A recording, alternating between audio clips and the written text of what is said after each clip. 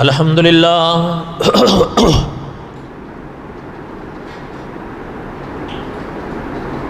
الحمد للہ حمدا کثیرا طیبا کما امر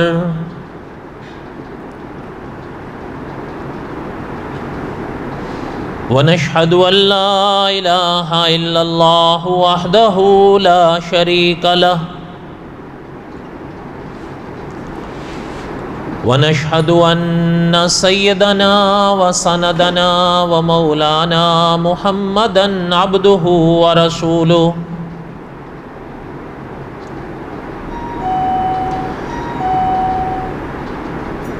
اما بعد اعوذ باللہ من الشیطان الرجیم بسم اللہ الرحمن الرحیم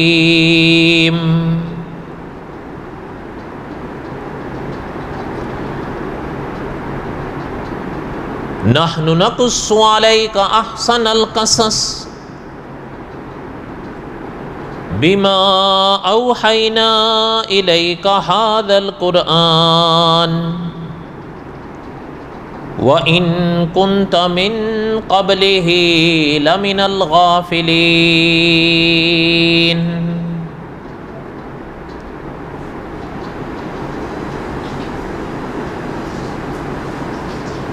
وقال اللہ تعالی فی مقام آخر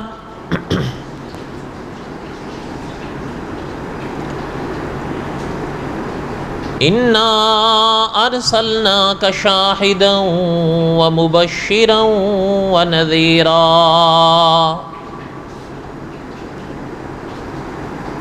وداعیا الی اللہ باذنہ وسراجا منیرا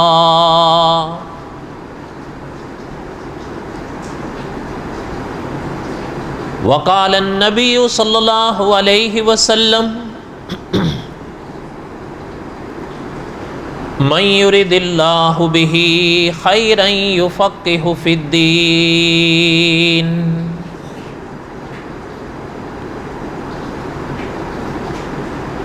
صدق اللہ العظیم وصدق رسولہ النبی الکریم ونحن علی ذلک لمن الشاہدین والشاکرین والحمد للہ رب العالمین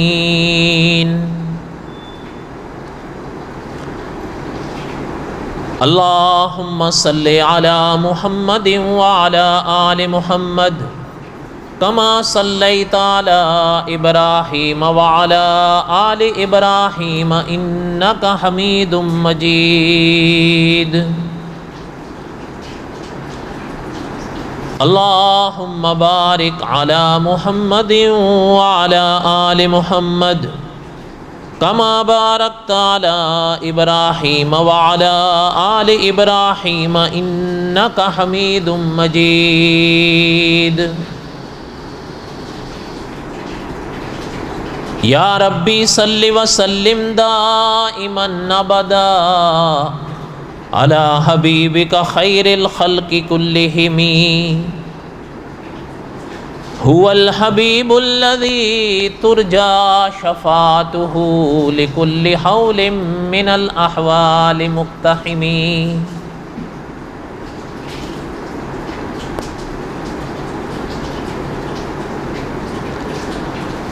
ہمہ قسم کی حمد و ثنا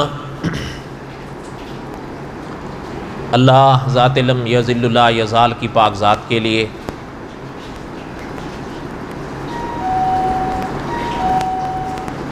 صدق دل سے لا تعداد مرتبہ درود و سلام امام الانبیاء حضرت محمد رسول اللہ صلی اللہ علیہ وسلم کی پاک ذات کے لیے،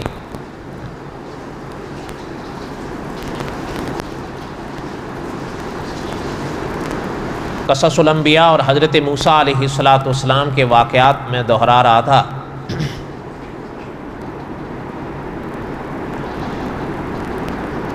اور حضرت موسیٰ علیہ السلام کے واقعات کے بالکل آخری باب پر ہیں ہم۔ بس ایک دو باتیں ہیں جن کو دہرانا ہے، اور پھر انشاءاللہ اللہ کو منظور ہوا تو آگے چلیں گے۔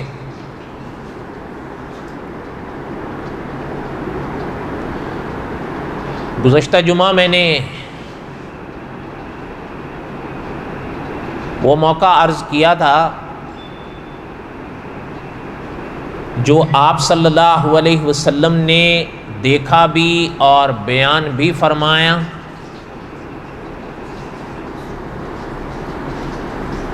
جس موقع کے لیے آپ صلی اللہ علیہ وسلم نے ارشاد فرمایا، جو احادیث طیبہ میں ہیں، اور میں نے عرض کیا تھا کہ بخاری شریف جیسی کتابوں میں ہے،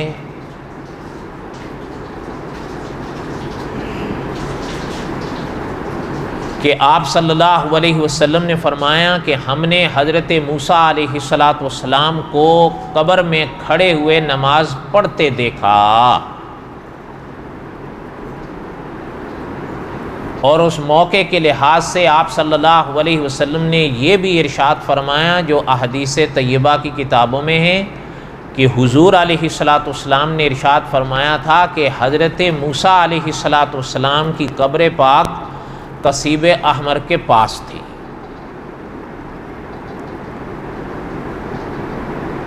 اس حوالے سے کئی باتیں ہم نے پڑھی۔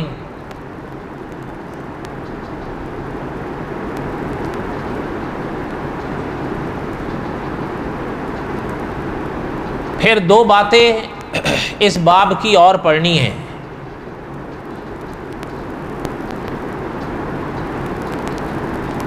انشاءاللہ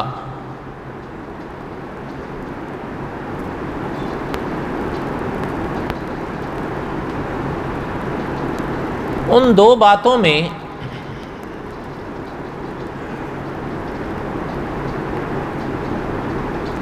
ایک بات تو یہ ہے، ویسے میں نے سوچا یہ تھا کہ یہ پڑھیں گے قصص الانبیاء کے آخر میں،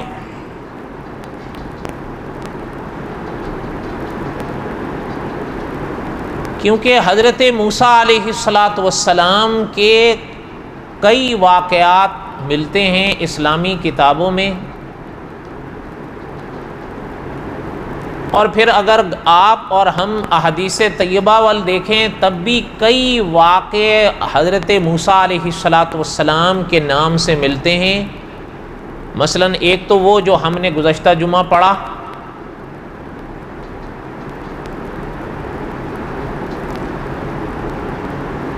پھر معراج کے واقعے کو ہی دیکھیں تو آپ اور ہم یہ علماء سے سنے ہیں یا پڑھے ہیں کہ معراج کے موقع سے ہی جب حضور معراج سے واپس ہوئے صلی اللہ علیہ وسلم، تو حضرت موسیٰ علیہ السلام نے ہی روک کر یہ بات آپ صلی اللہ علیہ وسلم سے بیان فرمائی تھی کہ اللہ کے ہاں سے کیا ملا آپ کو؟ تو آقا صلی اللہ علیہ وسلم نے حضرت موسیٰ علیہ السلام کے سوال کے جواب میں یہ ارشاد فرمایا تھا کہ 50 نمازوں کا حکم ملا ہے اللہ کی طرف سے، وہ لے کے جا رہے ہیں۔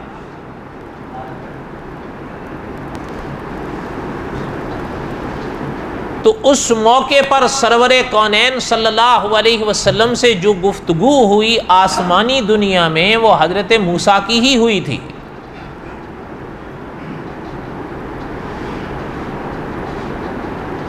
لیکن یہ ہم پڑھیں گے اللہ نے اگر زندگی دی تو قصص الانبیاء کے آخر میں ہی معراج کے موقع پر انشاءاللہ۔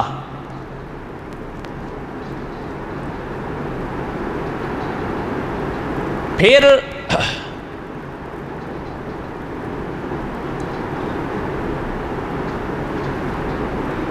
حضرت موسیٰ علیہ السلام کے حوالے سے ایک اور بات بھی میں پڑھنا چاہ رہا تھا۔ پہلے میں نے یہی سوچا تھا کہ اس کو قصص الانبیاء کے آخر میں پڑھیں لیں گے، لیکن پھر بار بار خیال آ رہا تھا کہ نہیں ابھی پڑھ دیں، کیونکہ وہ سفر بہت لمبا ہے، پتہ نہیں زندگی میں وہ موڑ آئے بھی یا نہ۔ اور مجھے ایسا لگ رہا تھا کہ وہ ضروری بھی ہے شاید آپ تو اس کو اتنی اچھی طرح نہ سمجھ سکیں، لیکن بہرحال طلبہ ہوں یا اسٹوڈنٹ ہوں گے، ان تک یہ آواز جائے گی تو ان کے وہ اگر تھوڑا سا بھی دل لگائیں گے تو بہت آسانی سے سمجھ سکتے ہیں اور ان کو کام آئے. کام تو آپ کو اور مجھے بھی آئے، لیکن شاید ہم وہ سمجھ نہ پائیں.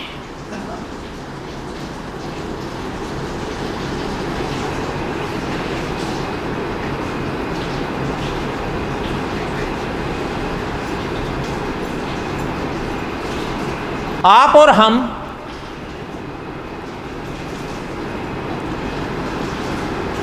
آپ صلی اللہ علیہ وسلم کی امت ہیں.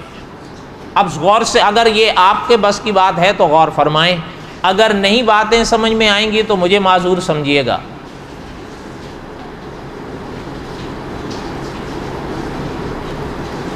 آپ اور ہم آپ صلی اللہ علیہ وسلم کی امت ہیں، ایک بات. دوسری بات جو آپ نے اکثر سنی ہوگی علماء سے یا پڑھی ہوگی کہ آپ اور ہم حضرت ابراہیم کی ملت ہیں، امت حضور کی ہیں صلی اللہ علیہ وسلم، ملت حضرت ابراہیم کی ہیں علیہ السلام. دو باتیں. اب تیسری بات کو سنیں.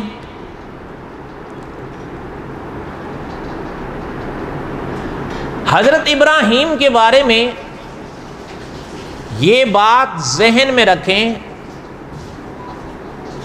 کہ حضرت ابراہیم وہ نام ہیں جن پر مذاہب متفق ہیں.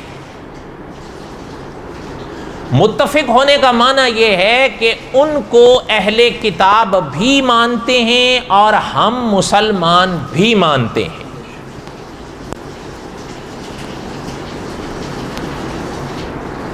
اہل کتاب کا جب لفظ استعمال ہوتا ہے تو یہ ذہن میں اگر رکھ سکیں تو رکھ لیا کریں، یہ کلام پاک کی اصطلاح ہے اور یہ دو گروہوں کے لیے ہے، ایک یہودیوں کے لیے اور عیسائیوں کے لیے. اہل کتاب کی اصطلاح انہی دونوں کے لیے استعمال ہوئی ہے اور اب بھی ہے. حضرت ابراہیم وہ شخصیت ہیں جن کو اہل کتاب بھی مانتے ہیں اور ہم مسلمان بھی مانتے ہیں. پانچویں بات، حضرت ابراہیم کے ہاں جو اولاد ہوئی، دو نام بہت مشہور ہوئے. بعض تاریخ کی کتابوں میں ایک تیسرا نام بھی آتا ہے، لیکن وہ تیسرا نام اتنا مشہور نہیں ہوا جتنا یہ دو نام مشہور ہوئے.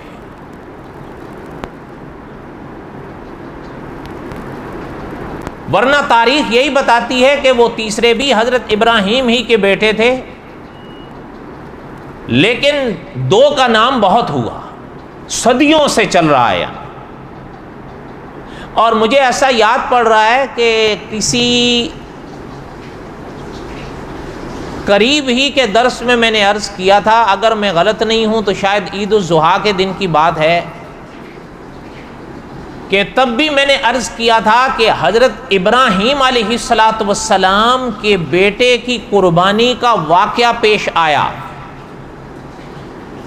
یعنی حضرت ابراہیم نے نیت کی، بیٹے نے پوری نیت کی، اللہ نے اس کا دوسرا بدلہ نصیب فرمایا، لیکن ان حضرات نے اپنی نیتوں میں کوئی کمی نہیں آنے دی، جن کو ذبیح کہا جاتا ہے. حضرت ابراہیم کے بیٹے کی قربانی والا واقعہ آپ کے ہمارے ہاں بھی ہے، اہل کتاب کے ہاں بھی ہے. ہاں فرق یہ کرتے ہیں وہ کہ میرا اور آپ کا نظریہ یہ ہے کہ قربانی کا واقعہ پیش ہوا، لیکن وہ حضرت اسماعیل کے ساتھ ہوا تھا، حضرت اسماعیل کے حوالے سے ہوا تھا، لیکن اہل کتاب یہ کہتے ہیں کہ قربانی کا واقعہ ہوا لیکن حضرت اسماعیل کے حوالے سے نہیں، حضرت اسحاق کے حوالے سے ہوا تھا۔ واقعہ تو وہ بھی مانتے ہیں، حضرت ابراہیم کے بیٹے کی قربانی کا واقعہ کلام پاک میں ہے، سورہ صافات میں، اور وہ واقعہ بائبل میں بھی ہے۔ ہاں البتہ اہل بائبل اس کو حضرت اسحاق کے لیے مانتے ہیں، حضرت اسماعیل کے لیے نہیں مانتے،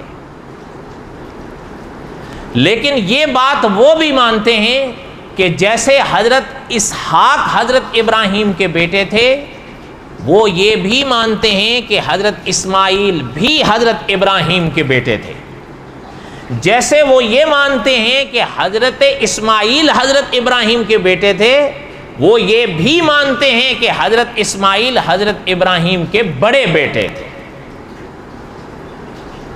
یہاں پر وہ اور ہم سنگ سنگ چل رہے ہیں۔ یہاں تک بات سمجھ آئی ہے؟ بولو، یا کوئی مشکل تو نہیں ہے یہاں تک؟ اللہ کرے نہ ہو۔ اگر یہاں تک یہ بات سمجھ میں آ گئی ہے تو اب اگلی بات سنیں۔ حضرت ابراہیم علیہ السلام کے جو یہ دو بڑے بیٹے ہوئے، حضرت اسماعیل اور حضرت اسحاق علیہ السلام، حضرت اسماعیل علیہ السلام کی جو اولاد اور لڑی چلی، ان کو تاریخ کہتی ہے بنی اسماعیل، اور جو حضرت اسحاق علیہ السلام سے محترم کی لڑی چلی وہ کہلائی بنی اسرائیل،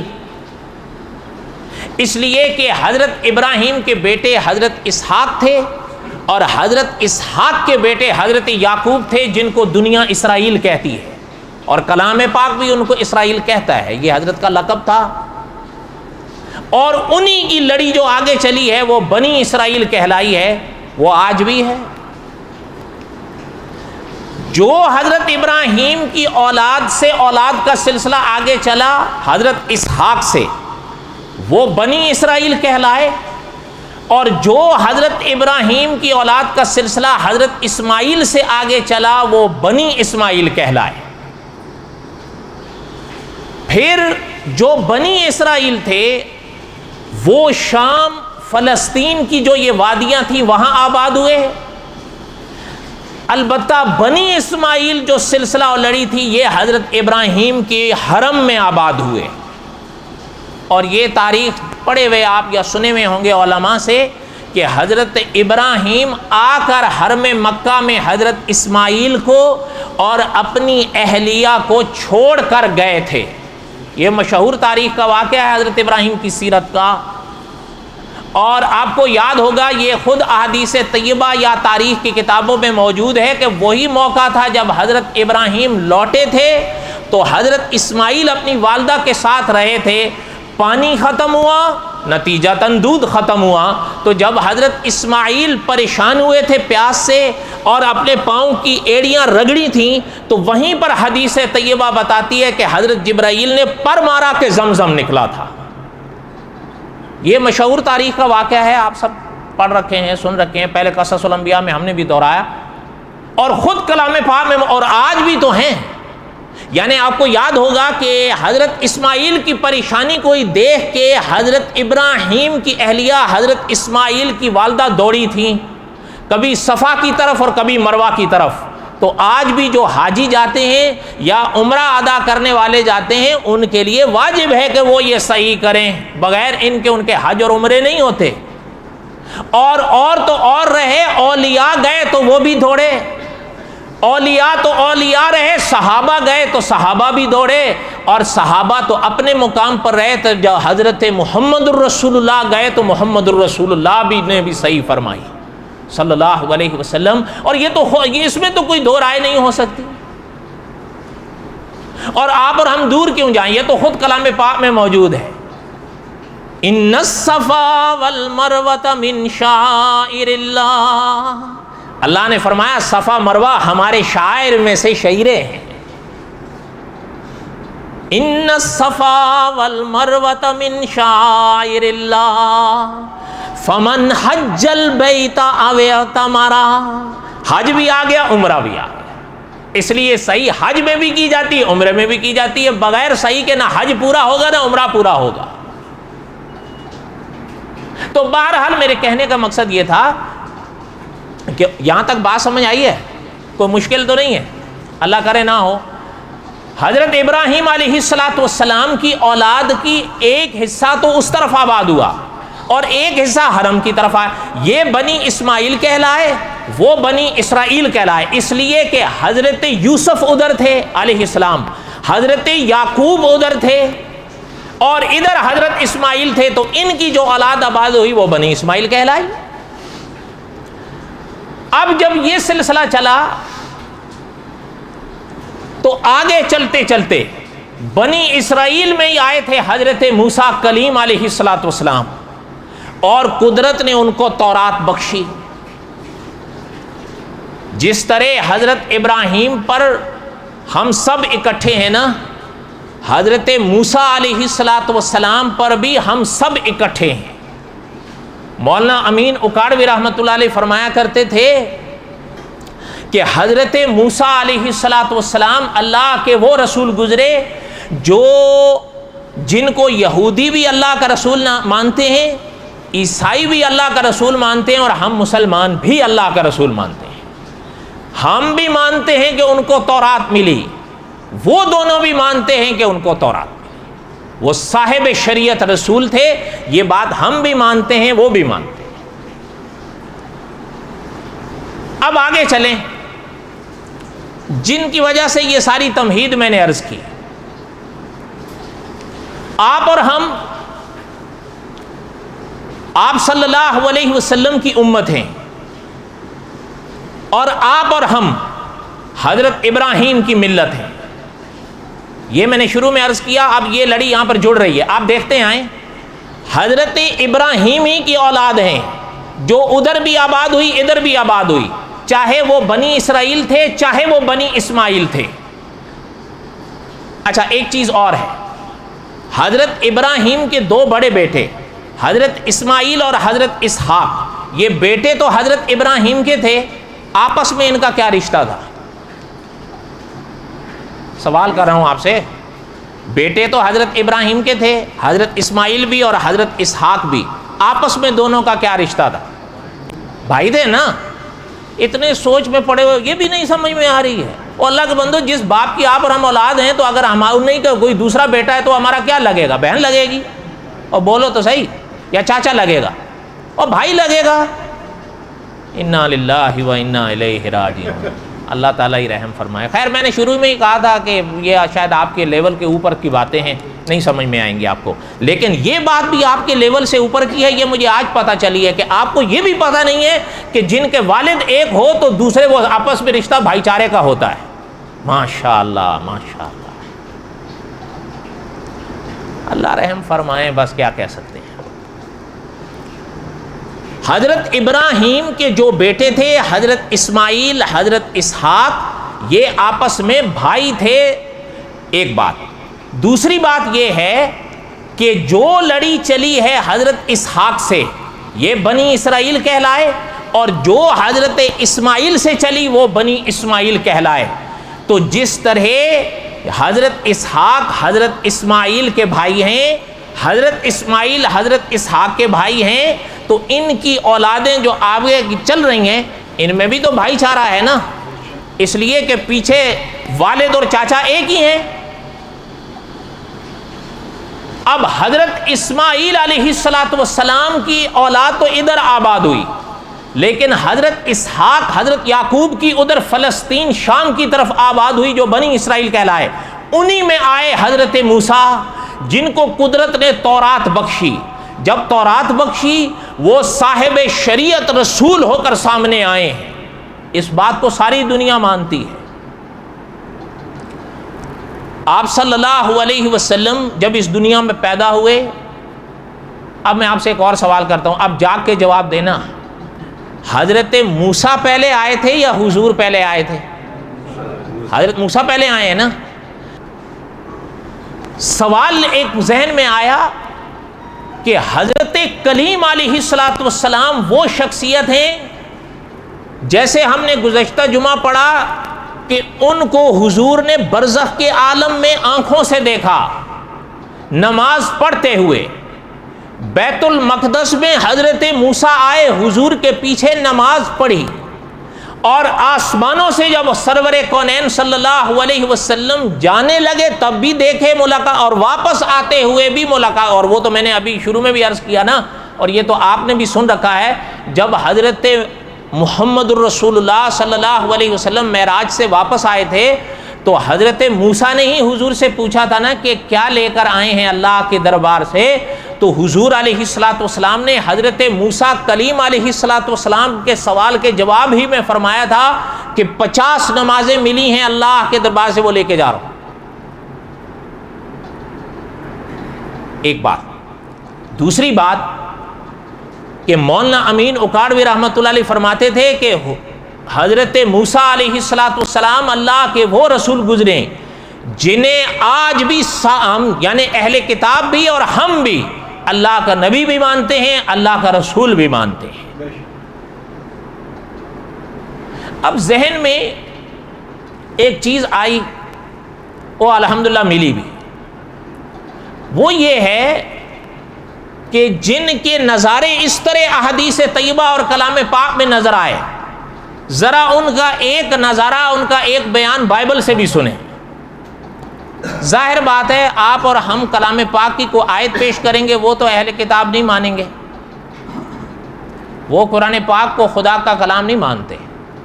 وہ محمد الرسول اللہ کا کلام مان لیں، قرآن پاک کو مان لیں، لیکن وہ قرآن کو خدا کا کلام نہیں مانتے.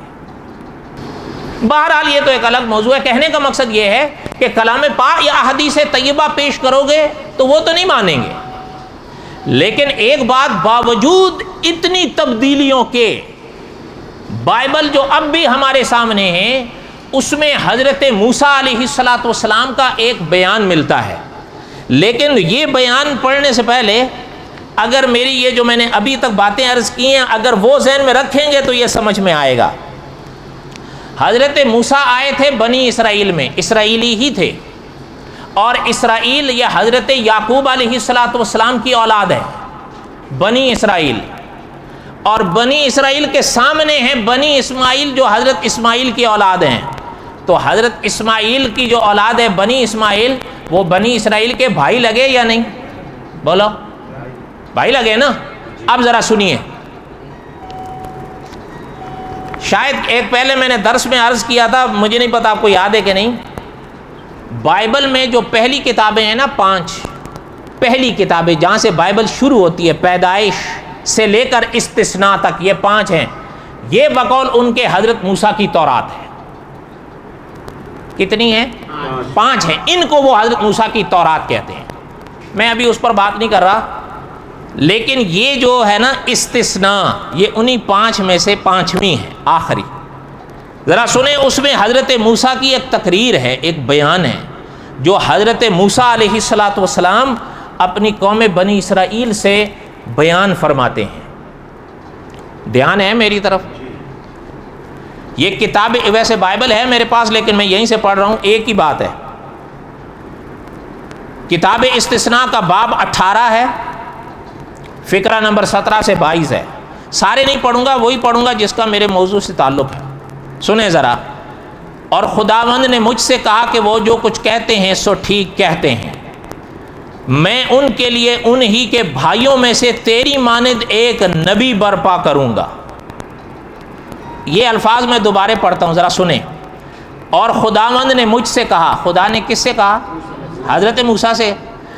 خداوند نے مجھ سے کہا کہ وہ جو کچھ کہتے ہیں ٹھیک کہتے ہیں، میں ان کے لیے انہی کے بھائیوں میں سے تیری مانند ایک نبی برپا کروں گا اور اپنا کلام اس کے منہ میں ڈالوں گا، اور جو کچھ میں اسے حکم دوں گا وہی وہ ان سے کہے گا، اور جو کوئی میری ان باتوں کو جن کو وہ میرا نام لے کر کہے گا نہ سنے تو میں ان کا حساب اس سے لوں گا. اچھا، یہاں تک یہ استثناء کی عبارت ہے یہاں پر دو جملے تو غور کریں نا آپ تو آسانی سے سمجھ آ رہے ہیں. ایک تو کہ حضرت موسیٰ سے اللہ فرما رہے ہیں ایک بات, دوسری بات فرما کیا رہے ہیں میں ان کے لیے انہی کے بھائیوں سے تیری مانند ایک نبی برپا کروں گا. تو یہ تو مانی بھی بات ہے کہ حضرت موسیٰ یہ بیان بنی اسرائیل سے کر رہے تھے, تو بنی اسرائیل کے بھائیوں میں نبی برپا کروں گا, تو بنی اسرائیل کے بھائی کون تھے؟ نہیں سمجھ آئی بات؟ بنی اسماعیل ہی تھے نا. بنی اسرائیل کو حضرت موسیٰ جو فرما رہے ہیں کہ اللہ فرما رہے ہیں کہ تمہارے بھائیوں میں سے میری مانند ایک نبی برپا ہوگا.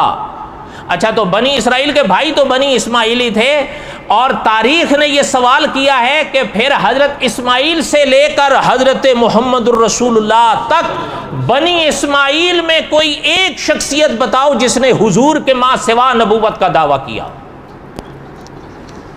نہیں سمجھ آئی بات؟ حضرت اسحاق کی تو یہ لڑی ہے نا جہاں حضرت موسیٰ ہیں. حضرت موسیٰ خود بھی اسی لڑی سے ہیں جن سے خطاب فرما رہے ہیں, وہ بھی سارے بنی اسرائیل تھے. اور حضرت اسماعیل تو حرم میں آباد تھے, ان کی اولادیں بھی ادھر تھیں. تو حضرت موسیٰ کیا فرما رہے ہیں کہ تمہارے بھائیوں میں سے میری مانند اللہ ایک نبی برپا کریں گے. تو وہ جب بنی اسرائیل سے فرما رہے ہیں تو بنی اسرائیل کے سامنے کون تھے؟ بنی اسماعیل, جو حضرت اسماعیل کے اولاد تھے. اور تاریخ نے یہ سوال کیا ہے کہ آیا حضرت اسماعیل سے لے کر حضرت محمد الرسول اللہ تک کوئی ماں سوائے محمد الرسول اللہ کے ایک شخصیت نہیں ہے جنہوں نے نبی اور رسول ہونے کا دعویٰ کیا؟ تو یہ تو واضح طور پر یہ آیت یعنی یہ فقرہ استثناء کا بائبل کا بول رہا ہے کہ وہ جو حضرت موسیٰ جیسے نبی آنے تھے جن کی بشارت حضرت کلیم دے رہے تھے, وہ کن میں آنے تھے؟ بنی اسماعیل میں آنے تھے. اچھا ایک اور چیز ذرا اور سمجھیں. ویسے یہ جو فقرہ آپ نے ہم نے پڑھا ہے نا, تو ظاہر بات ہے یہ اہل کتاب نے بھی تو پڑھا ہے نا. بولو تو صحیح. اب سوال تو پیدا ہوتا ہے کہ جب یہ واضح بات ہے تو یہ باتیں تو وہ بھی اتنی تو آپ نہیں جانتے جتنی وہ جانتے ہیں. میں غلط کہہ رہا ہوں؟ ناراض نہیں ہونا. میں اور آپ دین اسلام کو اتنا نہیں جانتے جتنا وہ اپنے مذہب کو جانتے ہیں. کیوں؟ میں نے تو آپ نے ٹھان رکھی ہے نا کہ انشاءاللہ جنت مل جائے, زیادہ دیر سے مل جائے گی, ادھر چلے جائیں گے پھر ہو کے آ جائیں گے. یہ کس نے کہا ہے کہ ہو کے ہی آ جاؤ گے؟ پہلے تو یہ بھی سوال ہے نا, یہ سوال میں اپنی طرف سے نہیں کر رہا ہوں. شیخ الحدیث مولانا زکریا صاحب رحمۃ اللہ علیہ نے یہی سوال اس باب میں لکھا ہے کہ ہو کے آ جاؤ گے, اس کی گارنٹی کیا ہے؟ اس لیے میں اور آپ اب پڑھتے نہیں ہیں. سوال یہ پیدا ہوتا ہے کہ اتنی واضح یہ فقرہ جب بائبل میں موجود ہے تو اہل کتاب اس کا معنی کرتے کیا ہیں؟ حضور کو تو وہ نہیں مانیں گے, وہ کہتے نہیں, سوال ہی نہیں پیدا ہوتا. اچھا تو پھر ان سے پوچھتے ہیں کہ اس کا معنی کیا ہے. اہل کتاب میں دو ہیں نا, میں نے ابتدا میں عرض کیا, یہ اصطلاح دو کے لیے استعمال ہوئی ہے, یہودیوں کے لیے اور عیسائیوں کے لیے. یہودی حضرت عیسیٰ کو مانتے ہیں؟ بولو. نہیں مانتے. یہودی حضرت عیسیٰ کو نہیں مانتے, یا وہ آج بھی ایک عیسیٰ مسیح کا منتظر بیٹھے ہیں, وہ نہیں مانتے. حضرت عیسیٰ کو نہیں مانتے. وہ حضرت عیسیٰ کو مانے تو ان کا تو سارا مسئلہ ہی ختم ہو جائے گا نا. اچھا عیسائی مانتے ہیں, حضرت عیسیٰ کو مانتے ہیں, وہ عیسائی حضور کو مانتے ہیں؟ بولو. یہودی مانتے ہیں. حضور کو نہ ماننے میں دونوں اکٹھے ہیں, حضرت عیسیٰ کو نہ ماننے میں ایک ہیں دوسرے نہیں ہیں. اب یہودیوں کے سامنے جب یہ فقرہ تو ان کی بائبل میں بھی ہے نا, وہ کہتے ہیں اس سے مراد حضرت یوشع ہے. کون ہے؟ حضرت موسیٰ علیہ السلام کے واقعات پورے ہوں تو آ رہے ہیں ان کے واقعات انشاءاللہ, اس لیے کہ حضرت یوشع ہی خلیفہ تھے حضرت موسیٰ کے. وہ کہتے ہیں, یہودی کہتے ہیں یہ ٹھیک ہے, یہ فقرہ ہے بالکل ٹھیک ہے, بائبل میں ہے, لیکن اس سے مراد حضرت یوشع ہیں, محمد الرسول اللہ نہیں صلی اللہ علیہ وسلم. اچھا ایک بات ہو گئی.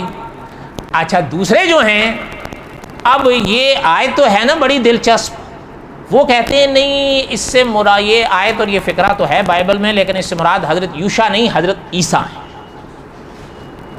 سمجھ آئی بات؟ ایک کہتے ہیں یوشع اور دوسرے کہتے ہیں علیہم السلام. ایک کہتے ہیں کہ نہیں یہ حضرت یوشع کا. اچھا اب سوال یہ پیدا ہوا, ہم کہتے ہیں کہ یہ فقرہ بائبل کا حضرت محمد الرسول اللہ کے لیے ہے صلی اللہ علیہ وسلم. تین نظریے سامنے آ گئے نا. تو ظاہر بات ہے ہمارے والے ہو سکتا ہے یہ کہیں گے کہ یہ کیسی بات ہے, وہ کہہ رہے ہیں حضرت یوشع کے لیے, وہ کہہ رہے ہیں حضرت عیسیٰ مسیح کے لیے, ہم کہہ رہے ہیں محمد الرسول اللہ کے لیے. تو ہو سکتا ہے ہمارے والے کہیں یہ بس پھر نہیں, ایسی بات نہیں. ہمارے علامہ رحمۃ اللہ کیرانوی رحمۃ اللہ علیہ نے اس پہ دلائل دیے ہیں. حضرت نے لکھا ہے حضرت یوشع کا یہ نبی بننا جس کی بشارت حضرت موسیٰ نے دی ہے سوال ہی پیدا نہیں ہوتا. اس کی وجہ یہ ہے کہ بائبل خود جو کہتی ہے کہ بنی اسرائیل میں حضرت موسیٰ جیسا کوئی نبی پھر نہیں آیا, تو حضرت یوشع تو ان کے خلیفہ ہیں, تو پھر یہ فقرہ کیسے صادق آئے گا؟ نہیں سمجھ آئی ایک بات. دوسری بات سمجھیے گا, حضرت موسیٰ صاحب شریعت تھے, حضرت یوشع ان کے تابع تھے. آپ سمجھتے ہیں نا جو رسول ہوتے ہیں ان کی رسالت ہوتی ہے, جو نبی ہوتے ہیں ان کی نبوت ہوتی ہے. وہ اپنی کتاب اپنی شریعت پیش نہیں کرتے, رسول کی شریعت کو آگے چلاتے ہیں. حضرت یوشع نبی تھے لیکن حضرت موسیٰ کی شریعت کے تابع تھے, حضرت موسیٰ کی کتاب کو آگے چلاتے تھے. تو حضرت موسیٰ کی مانند کیسے ہو گئے؟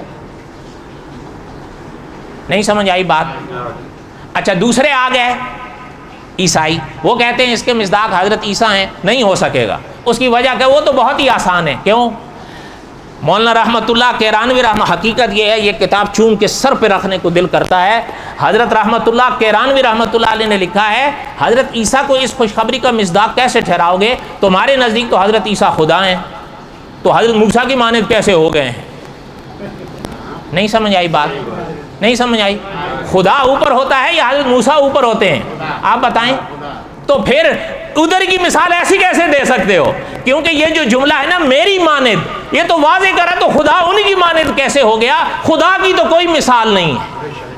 حضرت موسیٰ کی بڑی شانیں ہیں, حضرت موسیٰ کی بڑے احترام ہیں, لیکن یہ معنی تھوڑا کہ وہ خدا ہیں یا خدا کی طرح ہیں. نہ, خدا کے نبی تھے, خدا کے رسول تھے, لیکن خدا تو نہیں. تو یہ جملہ تو فرما رہے ہیں تو تمہارے نزدیک حضرت عیسیٰ تو خدا ہیں, تو پھر یہ کیسے تم کہہ رہے ہو کہ نہیں وہ حضرت عیسیٰ اس خوشخبری کے مصداق ہیں؟ ہو سکتے ہیں؟ بولو. اب سوال یہ بات کوئی مشکل تھی؟ اب صرف اتنا سوال رہ گیا کہ جب ہم بائبل کے اس فقرے کو حضور کے لیے مان رہے ہیں تو ہمارے پاس اس کا کیا ثبوت ہے؟ اگر ہم اس کا ثبوت قرآن پاک سے پیش کریں گے وہ مانیں گے؟ نہیں. احادیث طیبہ سے پیش کریں گے وہ مانیں گے؟ وہ تو تبھی ہو سکتا ہے جب بائبل سے پیش ہو. صحیح بات ہے یا غلط بات؟ اللہ نے زندگی دی تو آئندہ وما علینا الا البلاغ المبین, سنت پڑھ.